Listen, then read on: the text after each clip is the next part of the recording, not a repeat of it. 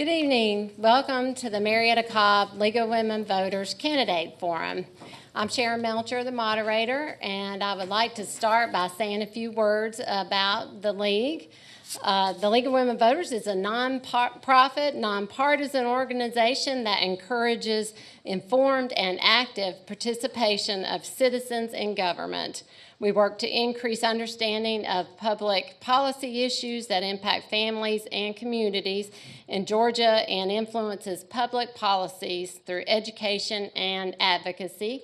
And this is part of the education part of what we do. We want voters in Cobb County to be as informed as they can be. And we have some candidates here tonight, and I'm going to go over the forum of our questioning tonight.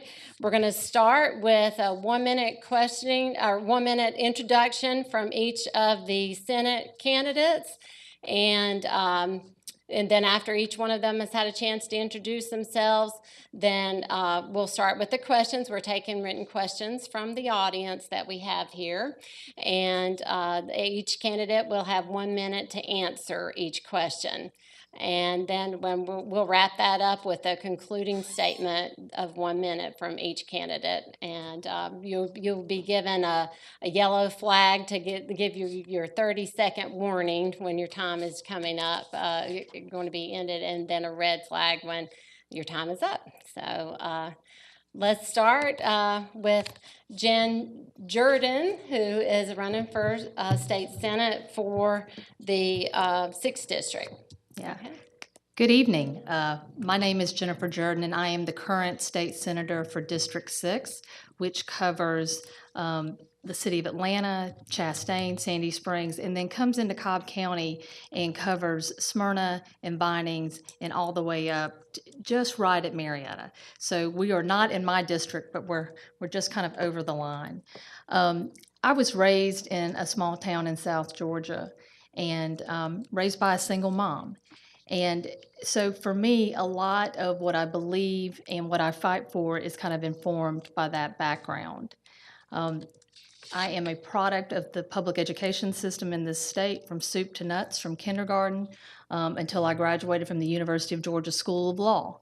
And it really is the one thing that has enabled me to basically live the American dream. So one of the things that's incredibly important to me is education policy in this state. I've benefited from the Hope Scholarship. I've benefited from QBE. I've benefited from my public school teachers really pushing me and making me believe that I could do anything I wanted to do. And so that's one of my it is my priority at the General Assembly, and I appreciate the opportunity to be here, and I appreciate the opportunity to answer any questions. Okay, thank you. And next we have Kay Kirkpatrick at the General Assembly, and I appreciate the opportunity to be here, and I appreciate the opportunity to answer any questions. Thanks to the League for doing the event, and the other candidates for putting yourselves out there. Not for sissies. I'm Dr. Kay Kirkpatrick. I'm an orthopedic surgeon and the former president of Resurgence Orthopedics, which you may have heard of. And for the last year, in my retirement from orthopedics, I've been able to represent East Cobb and Sandy Springs in the state senate. And because of my retirement, I've had full time to work on that. We had a good session. We cut taxes in the state for the first time ever. We fully funded public education. We passed distracted driving. And then I worked on some additional legislation on elder abuse, on foster care, and also on military and veterans issues. I work a lot on healthcare and insurance issues because that's my sweet spot. That's what I spent my whole career doing. Especially, I'm very interested in mental health and the opioid crisis that we have now. I'm also on the School Safety Study Committee, which is doing some good work as well. So I have a reputation for common sense and problem solving, and I'm looking forward to continuing my service to work hard on your behalf. Thank you. All right, thank you. Next we have Christine Triebsch, and she is also running for 32nd District. Thank you. My name is Christine Triebsch. I'm running for the State Senate District 32, which is East Cobb and a little bit of North Fulton County. I want to thank the League of Women Voters for this forum tonight. I am a family law trial attorney. I have lived, worked, and raised my family here in Cobb County for over 21 years. I'm married to Kevin, who is a Cobb County school teacher. We've been married for 25 years, and he has been teaching for over 23 years.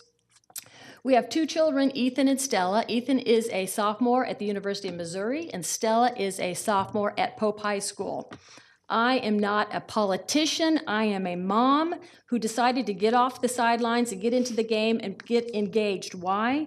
Because my values, my voice, and my concerns were not heard. So I am here. I have common sense. I am compassionate and reasonable, and I will find common ground, and I believe that these values will be appropriate in the state Senate. Thank you. All right, thank you. Next, we have Lindsey Tippins, who is running for State Senate for the 37th District. I'd like to thank the League of Women Voters for this forum. I represented District 37, which is the northwest part of Cobb County, for the past 4 terms, 8 years. I graduated from McEachern High School. I've lived in Cobb County for 63 years. I graduated from Kennesaw Junior College. I graduated from Georgia State University with a business degree, and from Woodrow Wilson College of Law with a law degree. Between my sophomore and junior year in college, I started Tippins Contracting Company, underground utility business. Next May, we'll be at it for 50 years, and I'm still on the company. And we appreciate the opportunities we've had in the private sector and the public sector. I married my high school sweetheart, the former Ann Scott. We have 2 children and 6 of the most wonderful, beautiful grandchildren you could imagine. I served on the Cobb Board of Education for 12 years, from 1997 to 2008, and I have served in the state Senate since 2010. My main issues that I see before us are education, healthcare, the healthcare dilemma that we're in, transportation, and economic development. I am passionate about education. I've chaired the education subcommittee for the last, Senate Education Committee for the last 6 sessions. During my time in public service, it's always been my practice to return my salary to education issues, and over 20 years of public service, I've returned $380,000 in salary back to education in Cobb County. Okay, next we have Andy Clark, who is also a candidate for the 37th District. Good evening. Thanks to the League of Women Voters for hosting tonight. My name's Andy Clark. I'm a Georgia native who went to Marist School. I studied law at the University of Chicago, back when Barack Obama was just a young law professor there. Today, I live in Ackworth with my wife Shannon and our 2 young kids. In my 17 years as a lawyer, I've done a bit of everything. Worked at big firms, taught at Tulane Law School, and for the last 4 years, run my own law practice. I've seen how our legislature leaves messes for the courts to clean up. And that's what you get with one-party government and incumbents who are never challenged. I'm proud to be the first Democrat in 20 years to run for this Senate seat. I love our state, and Democrats have solutions that voters in Cobb want. Universal background checks for guns, legalized marijuana, a higher minimum wage, and transit fit for our growing county. This year, West Cobb has a choice. I hope you'll choose me. Thank you. All right, thank you all, and please no responses from the audience so we can keep this moving along. I held that off to the end of all the introductions. So anyway, let's get started with the questions. I have a lot of good questions here, and I'm going to start with one that was directed to Kay Kirkpatrick, but it's going to be asked of all candidates, actually. And there was another question that is related to it. So we'll just start with you, Kay, and then everybody else can answer. But anyway, here's the question. What is being done about the opioid crisis? That was the first question, and that's the one that was directed to you. But then there was another question that goes along with it. I'd like you all to address also. Healthcare issues are key in our district. How has your experience prepared you to be effective regarding opioid dependence, mental health, impact on Social Security and safety, and Medicaid expansion? I know that's a lot, so I can repeat the question if you want. You have 1 minute or 1 hour? Yes. Well, none of these, I'll talk about the opioid crisis. Okay. We know it's an emergency. We know we lost 50,000 people last year in the country, the same number we lost in the Vietnam War. We have done some things at the legislature to work on that. We created a physician database that now physicians are required to query before they write an opioid prescription so that we can pick up people that are doctor shopping. We put some additional money in the budget for prevention and also treatment, especially for neonates or babies that are born addicted. And that's where the gaps are. I'm all about prevention and trying to keep people from getting involved with opioids to begin with, because recovery is a lifelong process. And once you start going down that path, there's no good answers. So we have a lot more work to do on that, and I feel that we can beat this, but it's sort of like that whack-a-mole game where you fix one piece of it and a lot of other problems show up. So I don't think this is going away anytime soon. We shouldn't really call it the opioid crisis anymore, because now meth is back and cocaine is back as well. Thank you. Okay. All right. Would you like to take it next? Certainly. Yes. It's my understanding that the 2019 budget did increase the spending a little bit for this crisis, but not enough. And so if this is truly a crisis in the state of Georgia, they should have increased the budget a little bit more to assist these people. This issue, the opioid crisis, affects all of us in Georgia in the form of lost wages, lost productivity, increased health care. But one of the biggest costs I see is the fact that you have these children that are affected by the trauma of what's going on in these homes that have the opioids and that have opioid use. You also have a number of now grandparents raising their grandchildren because of the opioid crisis. So I think we need more money, more funding for this issue, and we need to take it seriously. And I see a lot of this where I work in Cobb County Juvenile Court. I represent parents when the children are taken from them by the department because of these issues. And we need to really fully fund this issue. Okay. Well, you want to keep going down the line? We clearly have a crisis in drug abuse in the state, not just in opioids, but I think in a lot of prescription drugs are overprescribed. One thing the legislature has done is track the prescriptions, as Dr. Kirkpatrick referred to. I think one of the things I'm encouraged about is that we have that we see the medical community changing the medical protocols on post-surgery care and the amount of opioids that are prescribed and how they're being used. I think the problem that we see is symptomatic of our times. I'm not sure that it's drugs in and of itself. I think when we see the complexities of our communities and our families, if we see lack of parental oversight, sometimes people don't choose to see what they see. Sometimes they just don't see it, period. I think one of the biggest things that scares me are the drugs that are out there that are bootleg drugs that are not what they're held out to be.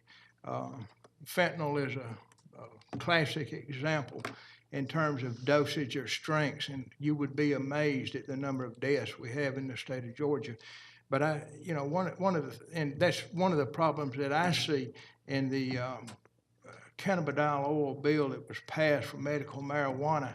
Because you cannot manufacture that drug legally, you cannot guarantee the strength of the dosage of the 20 ounces you can possess. Thank you. All right, Andy Clark. So I've got two big ideas that I think would help address the opioid crisis. Number one, legalizing marijuana. We don't talk about it that much, but 11 Alive did a poll just a couple months ago. 55% of Georgians support legalizing recreational marijuana, not just medicinal, recreational. We ought to do that. A lot of the people who are using opioids are using it for pain relief. If they were using marijuana instead, they would not be overdosing. Nobody overdoses on marijuana. You can't smoke joints that fast. I also think we ought to have Medicaid expansion. And that was kind of part of the question, but that would go a long way toward addressing the opioid crisis as well. We would have 500,000 Georgians covered by health insurance who currently are not covered. And right now, it's very difficult potentially for them to get treatment. Medicaid expansion would help fix that. So those are my responses to opioids. Okay, Jen Jordan? Yeah, I'm with Andy in terms of Medicaid expansion. I think one of the things that we have to do is we actually have to fund treatment programs throughout the state.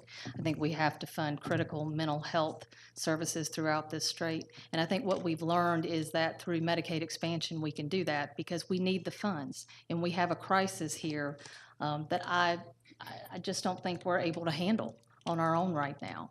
And so it's one of those things where we need to kind of step back and say, what's really going on here? Because it's a problem that we're not handling, and we know we need the money.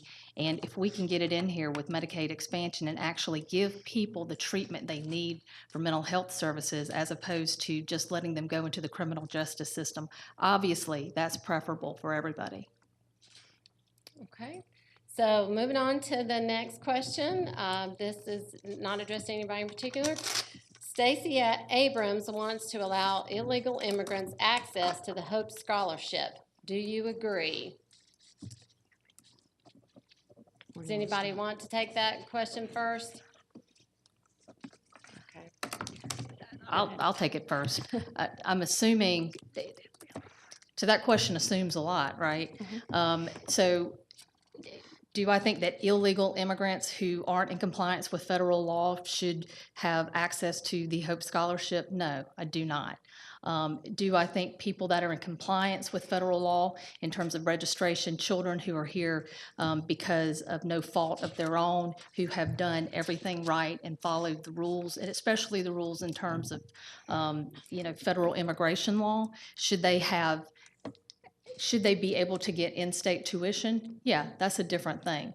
But it's one of those things where that question assumes, that you have an illegal immigrant who is not in compliance with the law at all. Okay. So the good news is that reasonable people can disagree on things and still be friends.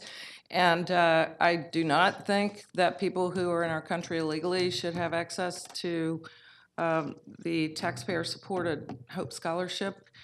And we've got a great demand for the Hope Scholarship, and it's basically the equivalent of in-state tuition, I would say. It's mostly free. And I think there's a lot of competition for that scholarship, and we need to save that for people who are citizens. I need more information in order to really truly access or to understand and answer the question. But I do believe, as Jen Jordan indicated, that if you're here, no fault of your own, and you've been here for years and years, there needs to be some type of pathway to assist these people so that we can properly educate them. I just don't know what the answer is. But I know that we're a compassionate state, and we need to help these people. Thank you. Immigration is in the federal domain and not in the state domain. But I think in and of itself, the definition itself defines it. It's illegal immigration. They cannot be compliant with federal law and be an illegal immigrant, because if they were, they would be legal immigrants. They would be here under a legal status. They are by definition illegal immigrants. I do not think that any state services or federal services ought to be given to illegal immigrants. I think if they want to come to this country, they need to come legally. So I agree with Senator Tippins to the extent that immigration is really a federal matter. It's not really a state matter. The problem is immigration at the federal level right now is a mess. Under President Obama, we had DACA, and that allowed certain folks who came here as children to remain here legally. And I think kids like that ought to be eligible for in-state tuition. They ought to be eligible for Hope Scholarship money. I think if you moved here when you were 3 years old, maybe illegally at the time, but through no decision of your own, you may know no other country. You may not speak any language other than English. I think we ought to let people like that stay here. It was a little clearer back under Obama when we had DACA. Today, it's, like I say, it's a bit of a mess at the federal level. I think it's very important that Georgia remain a welcoming state. I mean, that's one of my key values as a Georgian is we welcome people here. And I also want the best students to want to stay here. I don't want good students coming out of Georgia high schools to be going to California for school just because they can't get tuition here. You know, I'd rather they be staying here, getting jobs here. Let's keep that talent in state. Okay, the next question is also an education question. The question is, I was disappointed that the Education Committee commissioned by Governor Deal failed to get new legislation on Georgia funding for education. What suggestions do you have to make the funding more fair for Cobb County? Could you repeat that question? Okay, It's sure. not clear, especially the first part of it. I was disappointed that the Education Committee commissioned by Governor Deal failed to get new legislation on Georgia funding for education. What suggestions do you have to make the funding more fair for Cobb County? I'll speak to that because I served on that commission and I also served on the funding formula committee. I think there was a foregone conclusion going in on that commission and on that study and the way that commission was directed, that there would be an equal share of money for all students.